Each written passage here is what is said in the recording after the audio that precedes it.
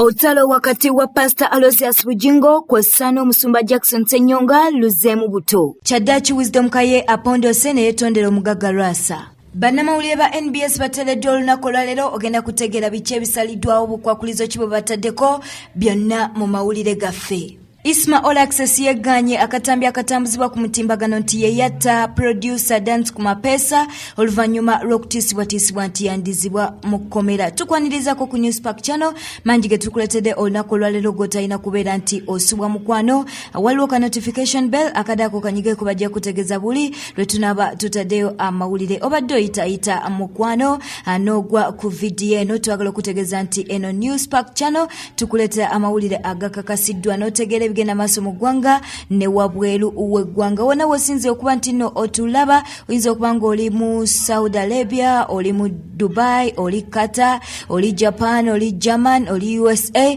twagala okubuuzako mu ngeri ey'enjawulo. Olwo nno tuba tutandise mukwano, osobola okusharinga, likinga, lekawo ka comment ko, ate teweerabira okunyiga ka notification bell baba bakutegeeza buli lwe tuba tutaddeyo amawulire. Olutalo wakati w'abasumba b'abalokole lubalusewo nga luno nno luli wakati w'omusumba Aloysius Bujingo owa Kananiland kw'ossa n'omusumba Jackson Ssenyonga. Pastor Bujingo bw'abadde abuulira enjiri wali ku Kananiland avuddeyo n'ayambalira omusumba Jackson Ssenyonga. Ono agambye nti yeewunya omusumba nga Jackson Ssenyonga era n'agamba nti ebikolwa bye ye ng'omusumba Aloysius Bujingo tasobola kubikola, ng'ebikolwa by'agambye mwe muli okukwatirira abawala ku nnyonyi kw'ossa n'okulyazaamanya endiga ze ensimbi. Katufune Pastor Bujingo aberenga katiriza ensonga eno. Kyekituuti ky'abalokole kyafuuka kyakulwanirako ntalo. Matayo essula ya 23 abantu abalinga omugwagwa yasasula Namboole Yesu be yakeererako. Kwolwo tuwaliwo mulwadde yawona talina gwe yawa kyamagero naye yabalangira n'abagamba mwambala bw'omulaba ku TV olozani munda mulimu omuntu naye malaalo munda mulimu mufu omufu atali mu Uganda ntoba yali mu Uganda. Tukoze omulimu nga twali mu Uganda. Negwo walekawe yali akuyamba mu Uganda wamugobanga kyonziira. Kati ffe bootasobola goba n'olyoka otujjira tuli bannabbi ba bulimba Namboole omusasudde kati wakakolera ye emirundi emeka. Munnanfuusi malaalo anyirira kungulu munda mufu. Ayigganya ab'amagezi. Sirinayo kyenkola nga nkikopye nti gundi abadde akikola n'enkikopa nedda. Obudde bwa Katonda mbulina nze senjera ku nnyonyi kutuuka kulakasira kutuuka kunyonyogera bawala bali ku nnyonyi. Senjera ku nnyonyi mbeera wano ne bwenkola olukuŋŋaana okuyingira kuba kwa bwereere bwenkola olukuŋŋaana. Sisobola genda ku rekodi nti bonna abali ku lukuŋŋaana nabagamba buli muntu ajjayo buli kyalina mu nsawo akirekaawo. Ababbi abenkanidde awo n'obasanga nga nabo basiikinga audience baagala abantu babawuliriremu nti boogera bituufu.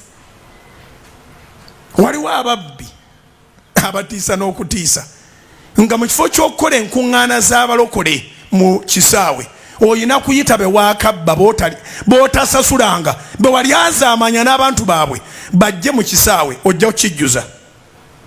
Naye okuyita abaagala Katonda tebaliyo. Ffe ne bwe munaatuyigganyanga ajja kubeeranga ku luyi lwaffe. Ye Wisdom Kaye apondose avuddeyo ne Yentondera Omugaga Lwaasa. Ono agambye nti si wakuddamu kwogera kalebule ku Lwaasa era n'asaba obutamutwala mu kkooti. Kinajjukirwa nti olunaku olw'eggulo amawulire ago twagakuwadde Omugaga Lwaasa ng'ono ex wa Diana Nabatanzi ate nga ye mwami wa Angela yavuddeyo n'ategeeza nga bw'agenda okutwala Wisdom Kaye mu kkooti kumwogerako bigambo bya kalebule.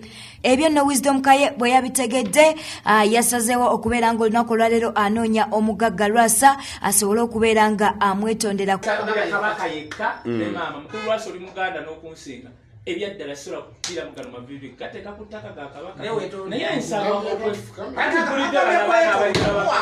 naye mbuze mukulu Lwaasa kyonsonyiwa bantu ekirungi bye nayogera vidiyo ezo zinazirabye zaddako oli omukyala yatukosa naye nakunyonyoddeko kyava nti nze nakuziwa single mother era nze omuntu akwata ku mukyala bambi kinkola bye so sawulira sayidi yo ekyo kyensaba onsonyiwe nansosa kuwulira sayidi yo naye saagiwuliriza nze kasita nalaba oli omukyala nensumulula so onaivan yakola ensobi wamuŋŋamba teyampita neŋŋamba anko bajjo neŋŋamba mukulu Emma nga noonya ne ekirungi nkusanze ate wansanyusiza ebigambo laba muzeeyi byewayogeredde abantu bangambye tulina omulimu wano tubijje era balobera jjejjemu ng'ovuma wisdom no because actually balina kye bagambye bano bannamawulire basobola okuba era kyemwe bakimanyi nga bagamba on a serious notice nti omuntu ajja to have equity alina okuba n'engalo ze nga zina equity ayagala obwenkanya mu koote nenga nedda sijja kikola wadde mukulu Lwaasa yanvumye sigenda genda ate kukola kintu kyekimu no okay. Ye Lwaasa ng'onabadde munyiivu nnyo avuddeyo n'alabula Wisdom Kaye era n'amugamba nti taddangamu okuba nti nno amwogerako kakibe kumwogerako mawulire malungi oba mabi onaamugambye nti taddangamu okubeera nti nno amwogerako basigale kweraba bwerabi kubanga talina kyamwetaaza. Njagala Wisdom Kaye onsangule mu memore yo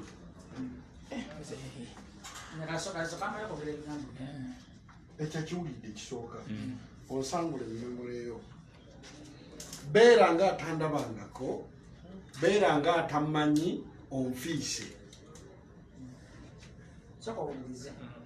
njagala onfiise tonjogerako kirungi kyonna kuba sikyagala tonjogerako kibi tonjogerako kirungi ndeka ntunuulira ng'omulalu bwantunuulira ku kkubo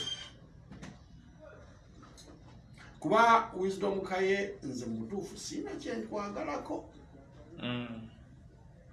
Oluvannyuma lw'omutegesi w'ebivulu Abe Musinguzi amanyiddwa nga Abitex Promotions okuvaayo n'awa Uganda Police Force ennaku 2 zokka ebeere nga ekutte tusuubira Isma amanyiddwa nga Isma All Access oba Jjajja Ichuli ng'entabwe eva ku katambi akatambula ku mutimbagano nga kalaga nti Isma yamanya ku nfa ya Dance ku Mapeesa munnange Isma All Access talinze ebyo avuddeyo onategeezanga akatambi akatambuzibwa ku mutimbagano bw'atakamanyi era ng'ebigambo ebyo tabyogerangako nga n'ebyokufa kwa Dance ku Mapeesa tabimanyiiko ndowooza tabimanyiiko ekiwandiiko kya Isma All Access kyekyo mukwano osobola okukirabako yakitadde ku page ye eya Facebook eya Jjajja Ichuli yeyo post eya Isma All Access gyataddeyo olunaku olwaleero nga yeegaana era ng'agamba nti ebyokufa kwa producer Dance ku Mapeesa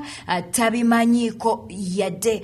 Eyo nga tuvuddeyo kooti enkulu mu Kampala ekkiriza munnamawulire Kayz ne banne okuli Brian Wako kw'ossa ne Mako okweyimirirwa ku kakalu ka kooti ka bukadde 10 wabula bano tebasobodde kubanga baleetebwa mu kooti era ng'okuwulira omusango gwabwe gubadde ku Zoom era nga bano balabise ku mutimbagano gwa Zoom nga tebalina nviiri oba nga basaliddwako enviiri. Bwetyo bwe tutambudde olunaku olwaleero obadde mulabi mulungi mukwano njagala okukwebaza olw'okuba ntino owaddeyo akaseerako kw'ossa n'eddatawo okulaba amawulire gaffe gano ffe nga ba Newspark Channel tweyama nti tujja genda maaso n'okuba nti no tugakunoonyeza mu bitundu by'eggwanga eby'enjawulo ate tukuleetera agakakasiddwa munnange ffe tetupapa kuleeta mawulire tukuleetera ago ge tuwulira nti no tegajja kukuleetera kuba nti otujjamu obwesigwa osinzira okuba nti no otulaba mukwano tukwagaliza ekiro ekirungi